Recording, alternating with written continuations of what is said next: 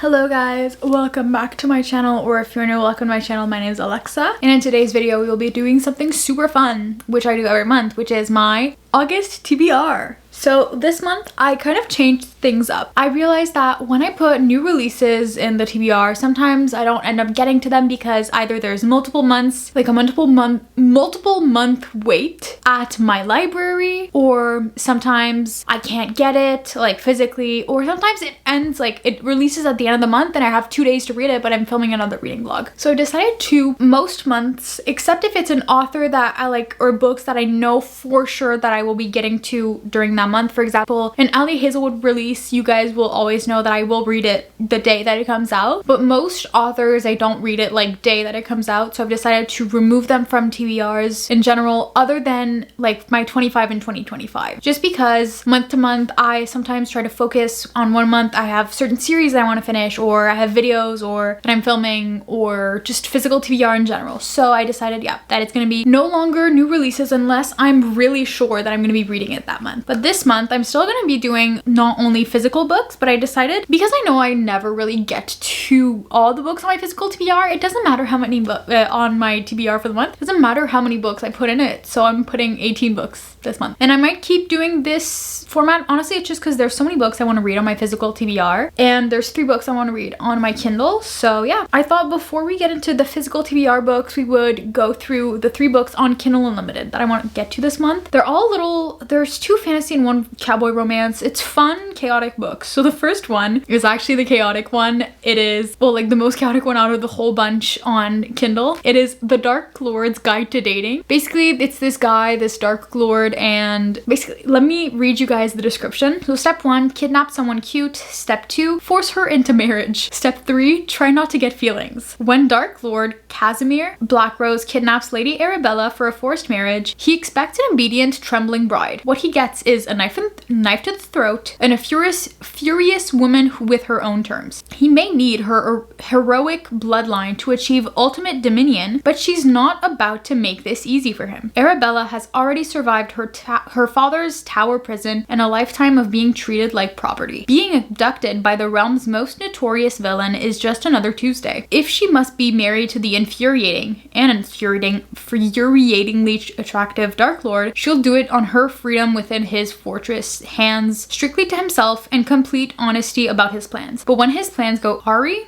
Casimir faces his most terrifying challenge yet. He must actually date his own wife. Between awkward dinners, magical training sessions, and playing golf with the eyeballs of his enemies, his villainous seduction plans are failing spectacularly. As they navigate the magical explosions and jealous exes, they discover a far more terrifying prospect than war or magic.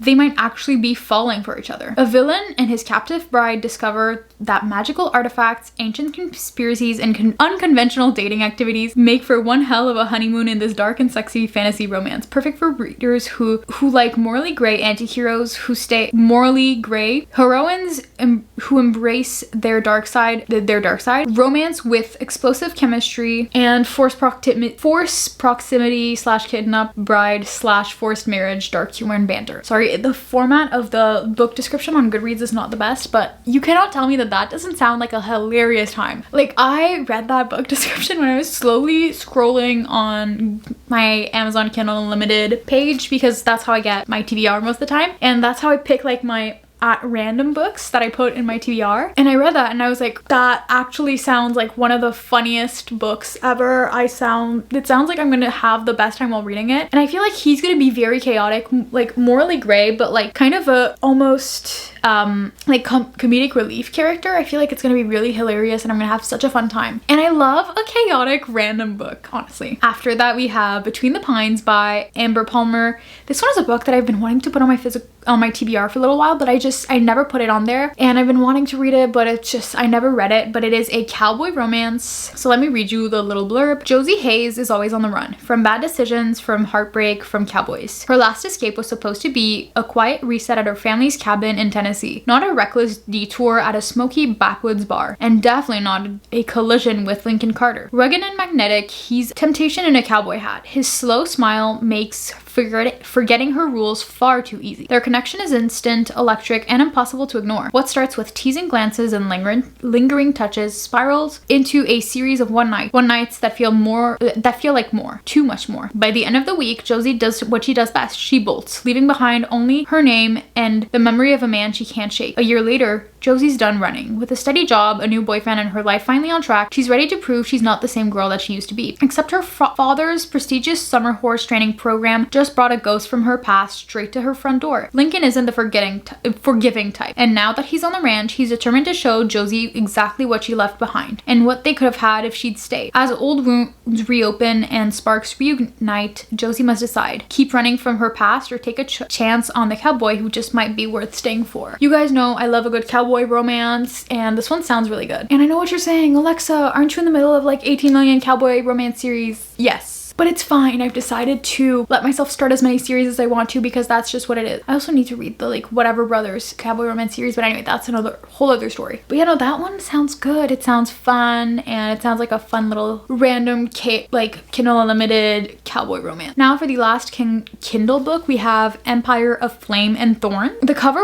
is what drew me. I was like, ooh, this is such a pretty cover. And the little description is: a Fey rebel, a ruthless dragon commander, and a deadly trial that will turn their lives upside down. Trapped in the Sealy court by a forest of thorns, Selena Hale lives at the mercy of the dragon shifters. Her only chance to gain her freedom is by entering the Atonement Trials, a deadly competition that pits Fey magic users against each other. Only 3 people can win, and Selena intends to be one of them. There is one problem. Draven Riot, the ruthless commander of the dragon shifter army, is determined to make her lose. He symbolizes everything that she hates, and if he finds out that she is also a member of the secret Fey rebellion, he will not only mess with her chances to win, he will kill her. But the more time she spends with him, the more she finds herself inexplicably drawn, and nothing is more dangerous in a lethal trial than a distracted heart, especially one that beats for the enemy. You cannot tell me that that doesn't sound amazing. I actually am super pumped for that one. It kind of sounds like a bit of a Fourth Wing vibe, and you guys know it is one of my favorite series. And sometimes I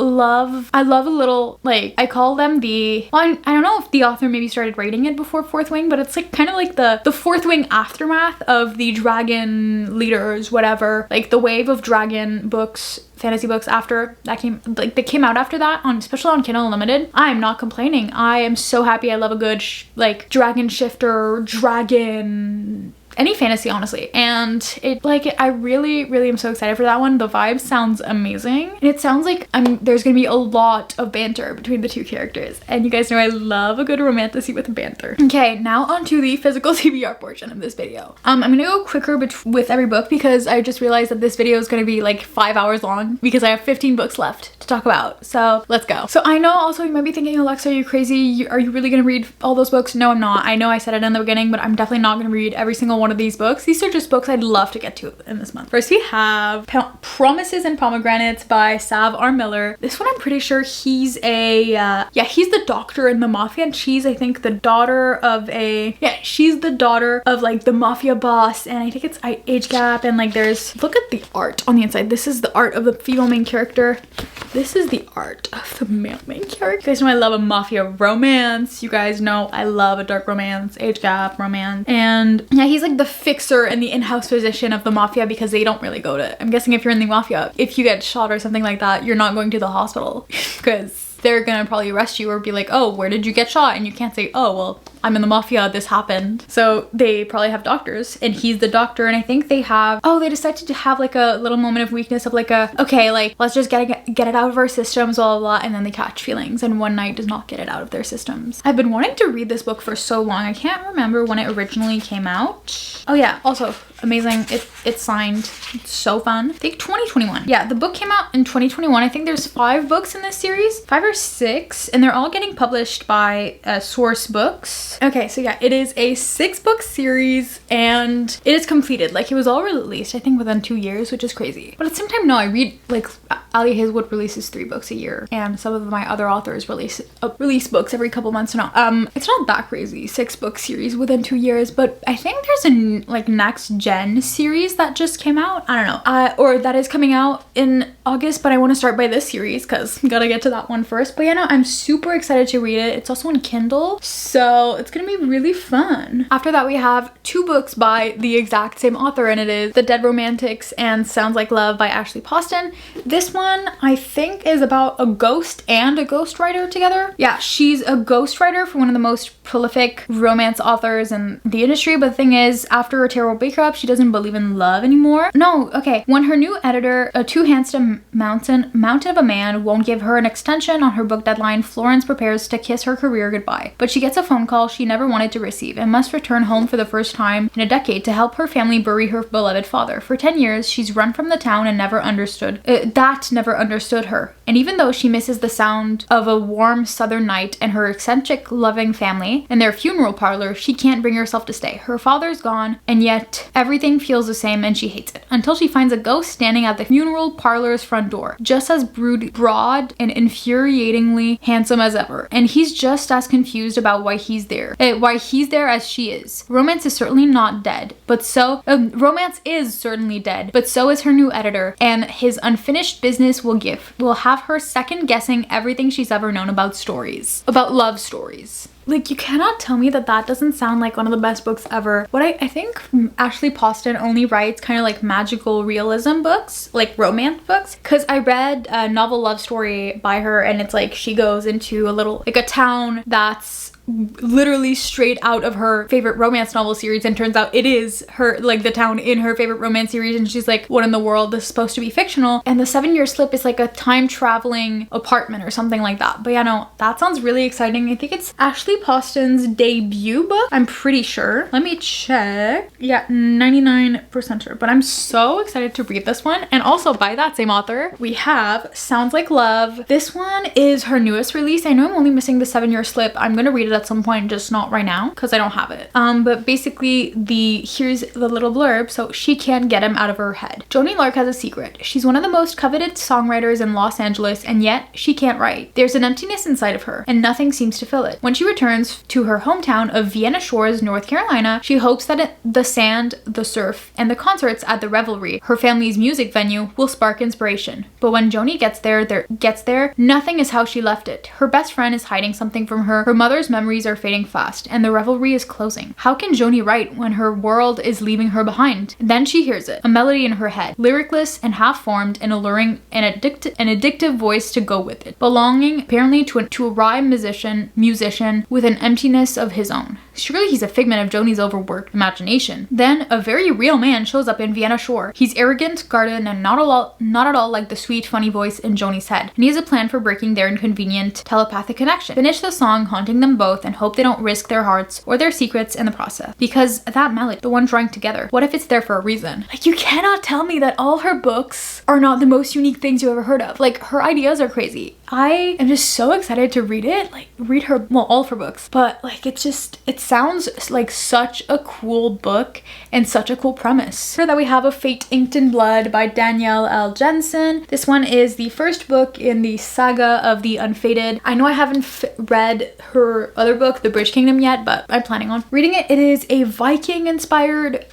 romantasy. Here, a shield maiden blessed by the gods battles to unite a nation under a power-hungry king while fighting her growing desire for his fiery son. In this New York Times best-selling first book of a Norse-inspired duology from the author of the Bridge Kingdom series. Like, it sounds so good. I love Norse mythology. I love like Norse history. I have like ancestors from Norway, so for me it's pretty cool. Like the series looks pretty cool. The cover looks amazing, and it's a Canadian author, so it just sounds perfect for me and right up my alley. Also, apparently it's really slow burn, which is fun. After that, we have Babel by R.F. Kuang. I love how sometimes when I'm like planning my TBRs, it's kind of like at one point we have a full 180 when like talking about books. Like, I go from like, oh, this is a really dark like mafia, this is like a dark mafia romance, this is like cute contemporary romance, fantasy romance, Babel. It's a book. Like, let me read you the back. So is there a little one sentence blurb somewhere? I'm trying to find it because or else I'm going to read the full thing. But 1828, Robin Swift, orphaned by cholera in Canton, is brought to London by the mysterious Professor Lovell. There, Robin trains for years in Latin, ancient Greek, and Chinese, all in preparation for the day he'll enroll in Oxford University's prestigious Institute of Translation, also known as Babel. Babel is the world's center for translation and more importantly, magic. Silverworking, the art of manifesting the meaning in lost translation using enchanted silver bars, has made the British unparalleled in power. As the arcane craft serves the empire's quest for colonization. For Robin, Oxford is a utopia dedicated to the pursuit of knowledge, but knowledge obeys power, and as a Chinese boy raised in Britain, he realizes serving Babel means betraying his motherland. And his studies progress. As his studies progress, Robin finds himself caught between Babel and the Shadow Hermes Society, an organization dedicated to stopping imperial expansion. When Britain pursues an unjust war over silver and opium, Robin must decide, can powerful institutions be changed from within, or does revolution always require violence? I'm so excited to read this one. I don't think it's going to be a series. I think it is a complete standalone. I'm so excited to read this one. It sounds like an amazing critique of colonization, like colonialism. Duh, it's a critique of like that's a bad thing. But like what I mean is it seems like a book that like really uses, I don't know, like it sounds like a really good book. It like goes into deeper subjects, and sometimes I love reading all these romances, but sometimes it's nice to read like a book that goes into like more, not a critique, but a bit of a critique on like the way a world is built and history. And it's just sometimes a book that has like deeper meanings is just like feels good compared to like sometimes a romance. But like I'm not the type of person who can read about heavier subjects all the time, so I like try to sprinkle them in. But this book has been on my list forever. I've been wanting to start R.F. Kuang's books. I'm gonna start with this one. I also want to read the Poppy War trilogy and Yellowface by her. But like these, like I've heard that this one is the best place to start, and I'm really excited to read it. Then we have One Dark Window by Rachel Gillig. I am so excited to read this one. I think it's a duology. Yeah, it's the first book in a duology. This is not a duology. It's like One Dark Window and Two Twisted Crowns. This one is a gothic romantasy, I think, but well, I think it's more romance than fantasy. I think it's more fantasy than romance, but okay. So Elspeth needs a monster. The monster might be her. Elspeth Spindle, that's a mouthful. Elspeth Spindle needs more than luck to stay safe in the eerie, mist-locked kingdom of Blunder. She needs a monster. She calls him the Nightmare, an ancient mercurial spirit trapped in her head. He protects her, he keeps her secret, but nothing comes for free, especially magic. When Elspeth meets a mysterious highwayman on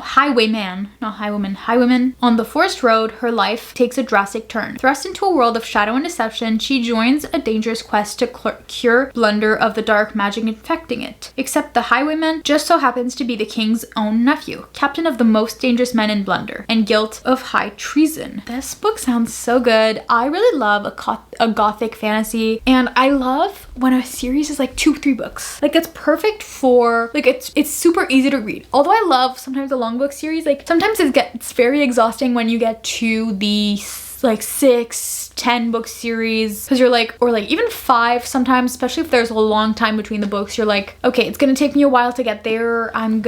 Or between each book, I'm gonna get out of it, and then you're like, okay, yeah, I'm enjoying this, but not as much. Or you can feel like you're reading nothing, but sometimes like a 2-book series or like a duology or trilogy is absolute perfection, because it's just perfect for a fun, quicker series, and it's not a huge commitment. Like for example, if you're reading the entire Zodiac Academy universe, you're in for 20 books. Same thing for like if you're reading the Blood and Ash and Flesh and Fire series, you're in for 9 books. Like it's a huge commitment compared to like a duology. It's just 2 books, so you can read it in a week. You can read it in a weekend if you're really into it. Like it's not a whole month-long affair. After that, we have The Simple Wild by K.A. Tucker. I feel like, I don't know why, but this book gives me either a spring or like an August vibe. I don't know how to explain it, but like the cover with like the little plane and the girl with the hat and the fog, it's just giving like spring or April. And this book is about this girl who lives in Canada. I think she's in Toronto at the moment, but she grew up in Alaska with her mom and dad, but like at some point the mom felt too isolated, so she moved. They both left the dad in Alaska, and now I think I don't know if she lost her mom or not. No, she hasn't lost her mom, but she like at 26 now, she still lives in Toronto. She works there, but she finds out that her dad, who still lives in Alaska, is struggling with his health. So she decides to move back to Alaska and go see her dad. And like, while she's adjusting to that new environment, she meets a guy who's a pilot for her dad's planes or like plane companies. And I guess they kind of just like, it's a romance, and it's probably very much small town boy with a city girl. And he's like, you are such a city girl, blah, blah, blah. Like, she's probably very clueless about anything wilderness. That's what I'm getting the vibes from, but I think this is gonna be a fun romance novel between a lot of the fantasy books that I have on this list. I think August is gonna be a fantasy month because I decided that it was gonna be a fantasy month because I have mostly, I think, fantasy on this TBR. I don't know, but yeah, I'm really excited to read this one. After that, another first book in a fantasy series, we have Throne of the Fallen by Carrie Maniscalco. This one is the first book in a, like I don't know what the story is called. Is there this name of the story somewhere? No, it's technically, I think, the second series in the Kingdom of the Wicked universe. I read the first 2 books in that series, but I didn't really like it that much. And I've heard that this series is like a lot better than the Kingdom of the Wicked, and people prefer, like, people who didn't like Kingdom of the Wicked, well, I kind of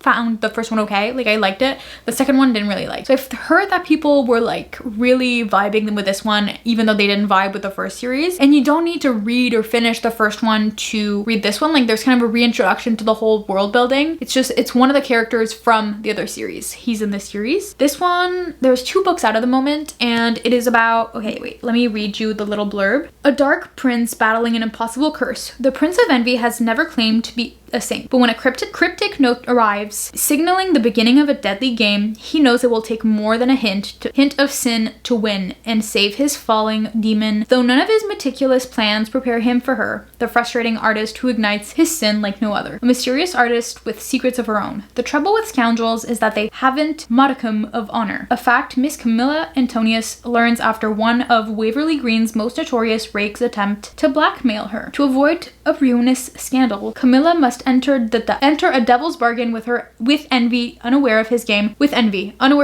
will awaken her true nature. One last chance to be set free. Together, Envy and Camilla embark on a perilous journey through the underworld, from glittering demon courts to the sultry vampire realm and beyond, while trying to avoid the most dangerous trap, falling in love. I'm so excited to read it. It sounds so good. I've heard nothing but great things, and I think this series is the other book, the Kingdom of the Wicked series. I think it started out as YA and ended definitely not YA, but this one I think is fully adult, and I don't know how many books there will be, probably around 3. The 3rd book is coming out sometimes this year or next year. I'm pretty sure it's more next year, and the 2nd book is out but only in hardcover at the moment. It's not out in paperback, but I'm gonna buy it when it comes out in paperback. But I'm so excited to read this one, and I don't know if it's gonna be like different series now for each brother. That's like the 7 princes of hell or the underworld. I don't know which word they used, but I did vibe with the characters in the Kingdom of the Wicked series. I just didn't vibe with the series itself, so I'm hoping that this one I will vibe with.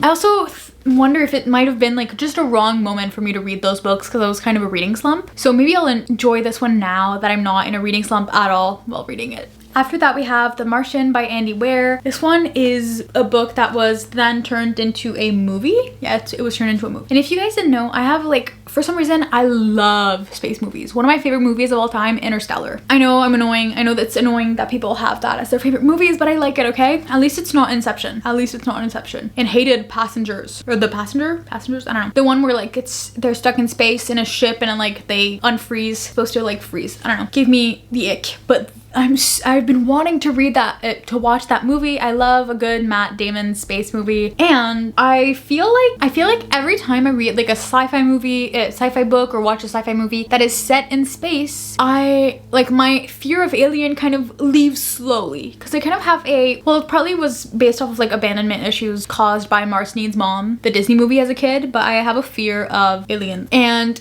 if I see a movie like that or read a book like this about what happens on Mars, it might not be as freaky for me. But yeah, let me read you the little blurb. So, a mission to Mars, a freak accident. One man struggled to survive. 6 days ago, astronaut Mark Watney became one of the first people to walk on Mars. Now he's sure he'll be the first person to die there. After a dust storm forces his crew to evacuate the planet while thinking him dead, Mark finds himself stranded on Mars's surface with no way to signal Earth that he's alive. Even if he could get word out, his supplies would be gone years before the rescue could arrive. Chances are, though, Mark won't have time to starve to death. The damaged machinery, unforgiving environment, and plain old human error are much more likely to kill him first. Armed with nothing but his ingenuity, his engineering skills, and a gallows sense of humor that proves to be his greatest source of strength, Mark embarked on a dogged quest to stay alive. But will his resourcefulness be enough to overcome the impossible odds against him? I know this is like a book. It was released in it came out in like 2007. So I know it's an older book, but I found it at a thrift store and I decided to get it. And I've been wanting to read it for so long, and I feel like maybe between like sci-fi, between fantasy and dark romance and romance book, this book could be like the perfect addition to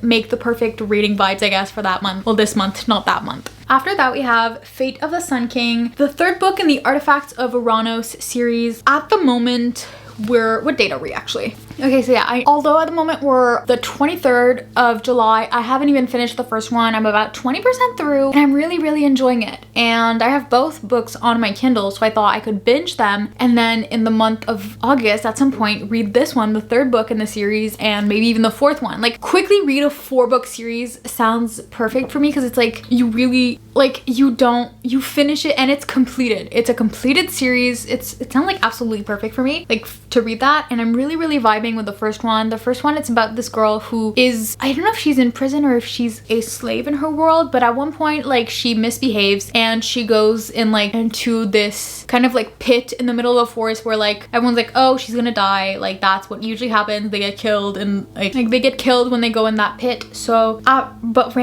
and then there's a storm when she's in the pit and she's like, okay, yeah, and then faints because she has no food and water.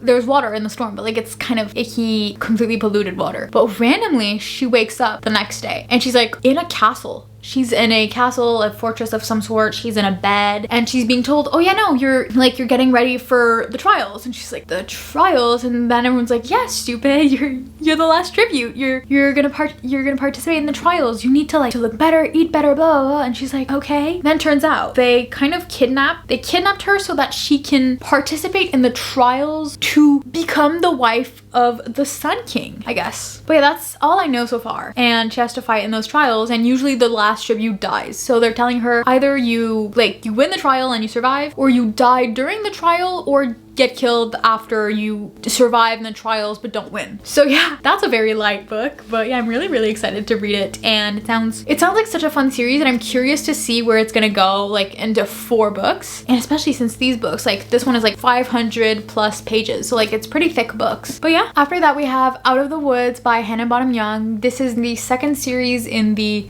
Out on a Limb series. Come on, look at the cover. But basically it's about Sarah and Caleb from the Out on a Limb book, and you might be wondering like, oh, but Sarah and Caleb are literally married. Why do they have their own book? Are they getting divorced? No. So basically they've been together since like high school. They've been together for 17 years. So they've been together through basically their entire life. And now Sarah kind of is starting to begin to wonder, oh, do I know myself? Or do I only know the version of myself that is in a relationship? Do I really know who I am, what I like, blah, blah. So she finds this kind of like camping expedition for married couples to it's kind of like, I guess, a therapy camp. And okay, she basically she takes a project of her own. Let me read the blurb. High school sweethearts Sarah and Caleb Linwood have always been a sure thing. For the past 17 years, they've had each other's backs through all of life's ups and downs. But Sarah has begun to wonder, who is she without her other half? When she takes on a project of her own, a fundraising gala in memory of her late mother, Sarah wants nothing more than to prove to herself and to everyone else that she doesn't need Caleb's help to succeed. And she's still her mother's daughter after all, independent and capable. That is, until the event fails and Caleb steps in uninvited to save the day. The rift that follows unearths a decade of grievances and doubt. Are they truly the same people they were when they got married at 19? Are they supposed to be? In a desperate attempt to fix what they fear is breaking, Sarah and Caleb make the spontaneous decision to get out of their comfort zone and join a grueling hiking trip intended to guide couples through rough patches. Follows is a life-affirming comedy of errors as two nature-averse people fight their way out of the woods in order to find their their way back to their roots. I am so excited to read this. I feel like it's gonna be such an amazing book, kind of a coming of age book. Also, two people trying to, I guess, reconnect in a marriage that, because they've been like, they're probably like in their 30s now, or maybe late 20s, probably 30s, and they've been married for 11 years, but you're not the same people at 19 then you, like at 30 you're not the same person that you were at 19. So like you kind of have to, I guess, find yourselves again. I'm saying this is a 20-year-old, guys, so take this lightly, but I'm really excited. It sounds very different than what I usually read. Like, it's rare that you read a book about a couple that already exists. Like, they already have that connection, other than King of Greed and then the upcoming book Breathe With Me by Becca Mack. It's so rare that it's like a couple that already exists, but I'm really excited. I don't think I've, other than King of Greed, which is a second chance romance within that same, like, they get married, divorced, and remarried, or married, separated, married, whatever. Like,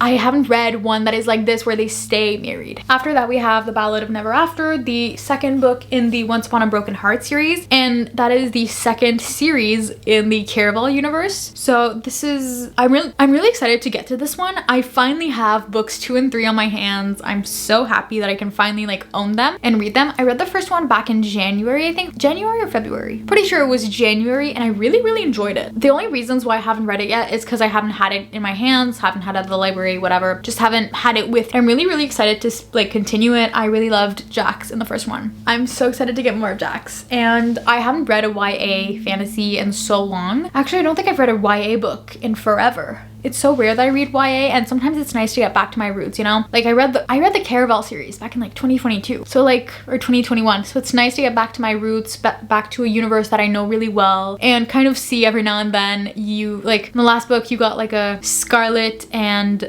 what's his name? I don't know, the only name I have in my mind, Donovan, but it's definitely not, because wait, what's his name? Caraval, where are you?